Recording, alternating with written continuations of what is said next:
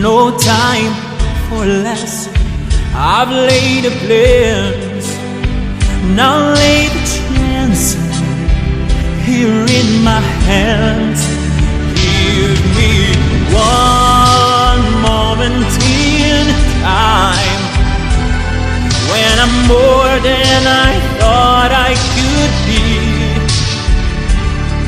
when all of my dreams are a heartbeat away and the answers are all up. Jangan lupa untuk subscribe dan aktifkan loncengnya agar sahabat-sahabatku menjadi orang pertama yang memperoleh konten terbaru dari NH Gio Herlambang. Selamat menyaksikan.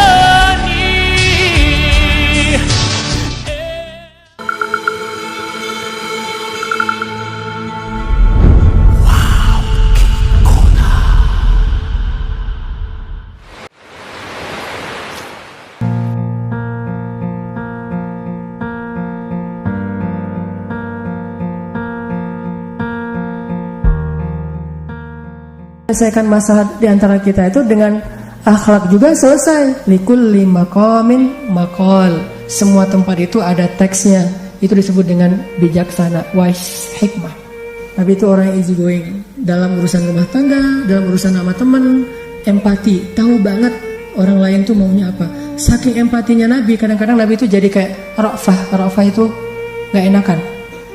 Jadi kalau kita jadi orang yang nggak enakan, insya Allah kita udah ngikutin akhlak sunnah Nabi. Pernah nggak sih kita nggak enakan jadi menyulitkan diri kita sendiri? Itu Rasulullah banget. Pulang dari taklim melihat teman ada yang jalan kaki, rumah kita mungkin di timur, kita tanya sama dia mau kemana, mau pulang, nggak ada kendaraan nggak? Ya udah ikut saya aja. Ya udah ikut. Ternyata rumahnya di barat. Jadi kita ke tempat yang lebih jauh. Ya kita nggak akan cari-cari alasan anterin. Pas sampai sana pulang jadi telat sendiri. Mungkin karena kita nggak ngerasa nggak enakan sama dia, kita bantu. Ini hal-hal yang disebut dengan rofa. Gak enakan dengan pasangan. Rasulullah tuh pernah gak enakan sama istri. Gimana gak enakannya? Nabi satu pagi lapar, belum makan dari subuh. Pergi ke dapur, buka-buka gitu, buka panci, buka segala macam, lihat gak ada isi. Aisyah belum masak. Lagi buka-buka kayak gitu di dapur, tiba-tiba Aisyah lewat. Aisyah nongol nih.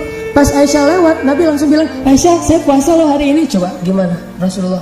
Gak pengen bikin Aisyah salah tingkah dan merasa gak nyaman karena belum masak untuk Rasulullah dan Rasulullah lapar. Jadi kan Aisyah jadi gak enak hati tuh. Untuk membuat Aisyah tetap nyaman, Rasulullah bilang, Aisyah saya puasa loh hari ini. Oh gitu, ya udah sekalian saya gak masak. Padahal Nabi tadi tuh gak ada niat puasa. Kan puasa sunnah gak harus niat dari awal kan. Boleh niat belakangan selama belum makan apa-apa. Jangan sampai niatnya udah minum kopi, udah makan pempek, baru saya puasa aja deh. Tapi pempeknya udah habis berapa kapal selam misalnya.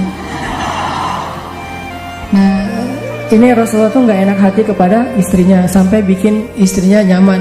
Jadi kalau kita pulang ke rumah, di rumah makanan apa aja, alhamdulillah enak banget. Mama pintar banget sih masak. Saya pernah di rumah istri nggak masak, akhirnya saya goreng telur sama pakai cabai rawit. Pas istri bilang, aduh kasihan suamiku nggak dimasakin, maaf ya baru pulang dan segala macam. Enggak, mah tahu nggak? Tapi kita manggilnya bukan mah ya, ada lah pokoknya panggilan tertentu. Ma tahu nggak? Dulu aku waktu kecil masakan yang paling aku suka itu nasi terus sama garam sama cabai. Itu udah nikmat banget, dunia milik sendiri gitu. Oh gitu, ayo udah lanjutin aja. Makan sendiri. Cuman jangan sering-sering ya, sekali-kali aja kayak gitu. Pernah juga Nabi lagi duduk sama istrinya lagi berdua gitu. Nabi ngeliatin aja wajah istrinya gitu kan. Kan melihat wajah pasangan itu pahalanya kayak sholat 2 rakaat kan ya. Jadi kalau teman-teman nanti udah nikah mau dapat pahala sholat, duduk aja gini, rempong lalu lalang gitu, diliatin aja. Ngapain sih ngeliat orang kayak gitu? Saya heran, baru pertama ngeliat ada bidadari nginjak kakinya di bumi. Wah, akhlak itu adalah bingkai segala kebaikan. Dalil tanpa akhlak itu pahit rasanya. Jadi bukan bikin orang nyaman, malah bikin orang menjauh.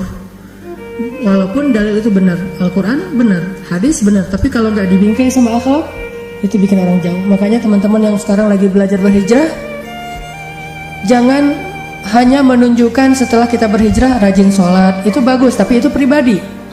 Orang nggak perlu tahu. Jangan menunjukkan bahwa kalau kita udah hijrah itu udah banyak ngomongin ayat, hadis, pinter, share gitu, broadcast ke teman-teman.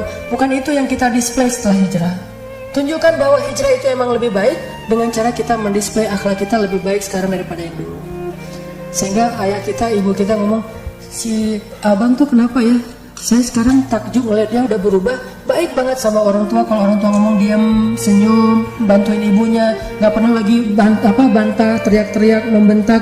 Dia sekarang belajar di mana ya? Akhirnya orang tuanya justru merasa takjub dan berharap lebih banyak anak yang hijrah kayak anaknya ini. Gitu juga teman kita, gitu juga tetangga kita, gitu juga calon mertua kita. Maksudnya gitu. Jadi setelah kita berhijrah, jangan banyak pakai dalil, Pak. Allah berfirman, Rasulullah bersabda. Bukan itu nomor satu. Itu yang kita display justru akhlak dulu. Anak muda yang udah berhijrah, jangan sampai menjadi terkesan kayak eksklusif, merasa dirinya paling baik di antara manusia. Justru harusnya setelah dia berhijrah menjadi orang yang paling bermanfaat buat teman-temannya. Kalau ada temannya yang sakit, dia yang pertama menjenguk. Kalau temannya ada masalah, dia yang pertama nolongin. Kalau nggak bisa nolong, minimal dia ngeling ke orang yang mampu menolong. Ya tetap bantu. Mudah-mudahan ini bisa memberikan dakwah walaupun nggak banyak bicara kepada orang lain. Jadi tetap belajar taat kepada Allah, tapi nggak usah khawatir. Taat kepada Allah itu nggak menghalangi kita dari serunya kehidupan anak muda. Syaratnya cuma satu, jangan